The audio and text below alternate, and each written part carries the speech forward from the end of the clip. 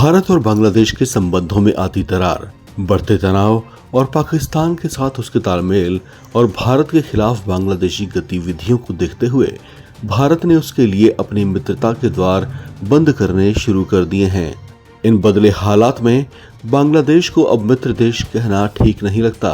लिहाजा मोहम्मद यूनुस के नेतृत्व वाली सरकार में भारत के साथ बांग्लादेश के संबंध बहुत बुरे दौर में पहुंच चुके हैं, जिसे देखते हुए भारत को कुछ बेहद सख्त कदम उठाने को मजबूर होना पड़ा है।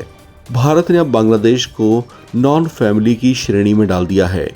ये तब किया जाता है जब किसी देश के साथ संबंध इस कदर बिगड़ जाते हैं कि वो कुछ दुश्मनी जैसे हो जाते हों।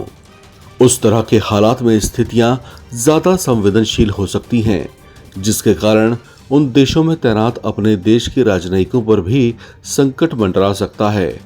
लिहाजा बांग्लादेश को नॉन फैमिली घोषित किए जाने के बाद अब वहां पर तैनात भारतीय राजनयिकों और अधिकारियों को अब अपने परिवारों को साथ रखने की अनुमति नहीं होगी।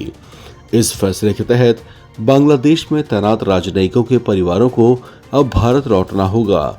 बांग्लादेश में इस समय हालात बेहद संवेदनशील बने हुए हैं। भारत को लेकर बांग्लादेश में नफरत फैलाई जा रही है, जबकि बांग्लादेश में रह रहे हिंदुओं को जातीय हिंसा का सामना भी करना पड़ रहा है। इन हालात में कुछ ही हफ्तों में बांग्लादेश में संसदीय चुनाव होने वाले हैं, जिसके बाद वहां नई सरकार का गठन होगा। बांग्लादेश की राजनीतिक अस्थिरता और नफरत भरी राजनीति के बीच हालात कभी भी तनावपूर्ण हो सकते हैं। ऐसे में वहां पर तैनात भारतीय राजनयिकों और कर्मचारियों के परिवारों की सुरक्षा अहम हो जाती है। इसी वजह से भारत ने बांग्लादेश को नॉन फैमिली की श्रेणी में डालने का फैसला लिया है।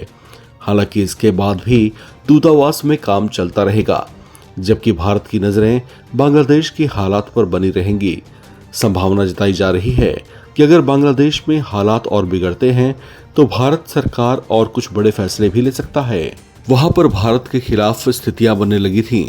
बांग्लादेश में जन विद्रोह इस तरह से भड़का कि उसमें देखते ही देखते भारत विरोधी नारे लगने शुरू हो गए।